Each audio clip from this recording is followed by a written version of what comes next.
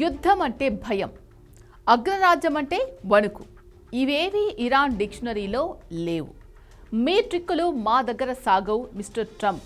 ఇకపై చర్చలు ఉండవు, సమావేశాలు ఉండవు, యుద్ధ భూమిలోనే తేల్చుకుందాం అంటూ ఇరాన్ ఆర్మీ చేసిన ప్రకటన ప్రపంచాన్ని షేక్ చేస్తోంది. ఇస్లామాబాద్ చర్చలు విఫలమయ్యాక, అమెరికా బృందం తోక ముడిచి వెళ్లిపోయాక ఇరాన్ గొంతులో కనిపిస్తున్న ఆ ధైర్యం సామాన్యమైంది కాదు. ప్రపంచానికి వెన్నెముక లాంటి స్ట్రెయిట్ ఆఫ్ హార్ముజ్ మా కంట్రోల్లోనే ఉంది. ఎవడైనా అడుగు పెడితే సమాధి చేస్తాం అంటూ ఇరాన్ చేసిన సవాల్ అమెరికా గుండెల్లో రైళ్లు పరిగెత్తిస్తోంది. అమెరికాకు ఇరాన్ ఇచ్చిన షాక్ ఏంటో తెలుసా? మీరు చర్చల పేరుతో కాలాన్ని వృధా చేస్తున్నారు, మాపై ఒత్తిడి తెచ్చే ప్రయత్నం చేస్తున్నారు, కానీ ఇకపై మీ ముఖం కూడా చూడ్డానికి మేము సిద్ధంగా లేం అని తెగేసి చెప్పేదే. We know your tricks mister Trump అంటూ ట్రంప్ దౌత్య నీతిని ఎద్దేవా చేస్తూ ఇరాన్ ఆర్మీ చేసిన కామెంట్స్ చూస్తుంటే వాళ్ళు యుద్ధానికి మానసికంగా సిద్ధమైపోయారని అర్థమవుతోంది. దౌత్యం ముగిసింది, ఇక ధ్వంసమే మిగిలింది. ఇరాన్ ఆర్మీ ట్రంప్ను మిస్టర్ ట్రంప్ అని సంబోధించడం వెనుక పెద్ద అర్థమే ఉంది. ఇది కేవలం పేరు మార్చడం కాదు, ఆయనను ఎగతాళి చేస్తూ అమెరికా అధ్యక్ష పదవిని తాము గౌరవించడం లేదని చెప్పడం. ప్రపంచాన్నే వణికించే ట్రంప్ను మిస్టర్ ట్రంప్ అంటూ ఇరాన్ వెక్కిరించింది. అంటే నీ బెదిరింపులకు భయపడే కాలం పోయింది, నీ ట్రిక్కులన్నీ మాకు తెలుసు అని ముఖం మీదే ఉమ్మి వేసినంత పనిచేసింది ఇరాన్ ఆర్మీ. మరి ప్రపంచం మొత్తం ఇరాన్ వైపు ఎందుకు భయంగా చూస్తోంది? దానికి కారణం స్ట్రెయిట్ ఆఫ్ హార్ముజ్. ప్రపంచంలోని 3 అంతుల చమురు రవాణా జరిగే ఈ మార్గం ఇప్పుడు పూర్తిగా ఇరాన్ ఆర్మీ గుప్పెట్లో ఉంది. ఎవరైనా జోక్యం చేసుకుంటే సహించేది లేదు అని ఇరాన్ స్పష్టంగా చెప్పింది. దీని అర్థం ఏంటో తెలుసా? అమెరికా కానీ దాని మిత్ర దేశాలు కానీ తోక ఆడిస్తే ప్రపంచం చీకట్లోకి వెళ్ళిపోతుంది. ఇంధన ధరలు ఆకాశాన్ని తాకుతాయి. ఇరాన్ కేవలం బాంబులతో కాదు, ప్రపంచ దేశాల ఆకలితో, అవసరంతో యుద్ధం చేయగలదు. ఆ దమ్ముంది కాబట్టే ఇరాన్ ఇంత పవర్ఫుల్గా మాట్లాడుతోంది.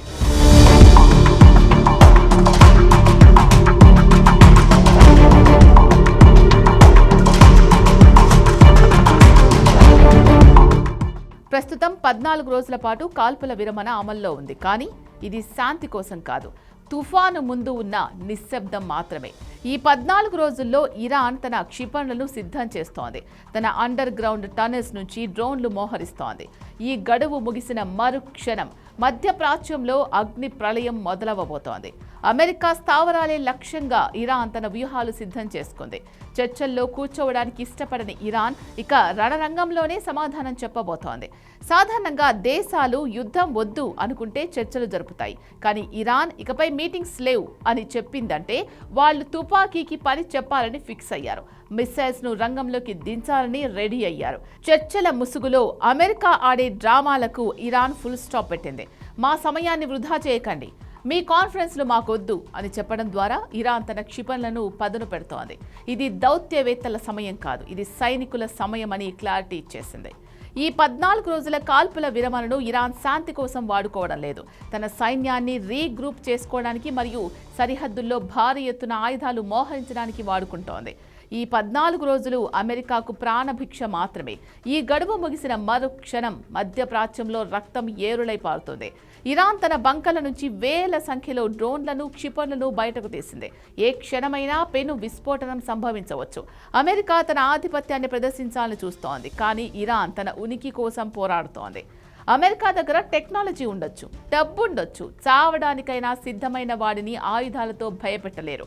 ఇరాన్ ఆర్మీ ప్రకటనలో ఆ చావు భయం లేని ధైర్యం స్పష్టంగా కనిపిస్తోంది. తమ గడ్డపై పరాయి దేశం పెత్తనాన్ని ఇరాన్ సహించదు. రష్యా, చైనా వంటి శక్తుల పరోక్ష మద్దతుతో పాటు అత్యంత శక్తివంతమైన మిస్సైల్ టెక్నాలజీ ఇరాన్ సొంతం. ట్రంప్ బెదిరింపులకు భయపడి ఉంటే ఇరాన్ ఎప్పుడో లొంగిపోయేది.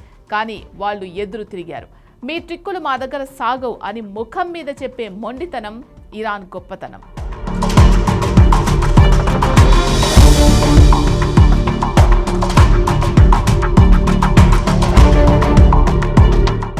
ఇది అగ్రరాజ్యం అహంకారానికి, ఒక చిన్న దేశం ఆత్మగౌరవానికి మధ్య జరుగుతున్న పోరాటం. ఫైనల్గా ఒక దేశం ఇంత బహిరంగంగా అగ్రరాజ్యాన్ని సవాల్ చేస్తోందంటే ఆ దేశం దగ్గర ఎంతటి ఆత్మవిశ్వాసం ఉండాలి? ఇరాన్ సవాల్ విసిరింది. డోంట్ వేస్ట్ టైం అంటుంది. యుద్ధానికి రమ్మని పిలిచింది. మరి అమెరికా ఈ సవాల్ను స్వీకరిస్తుందా లేక ఇరాన్ దెబ్బకు భయపడి వెనక్కు తగ్గుతుందా? 14 రోజుల తర్వాత ఏం జరగబోతోంది? ప్రపంచ యుద్ధం మొదలవుతుందా అనేది చూడాలి.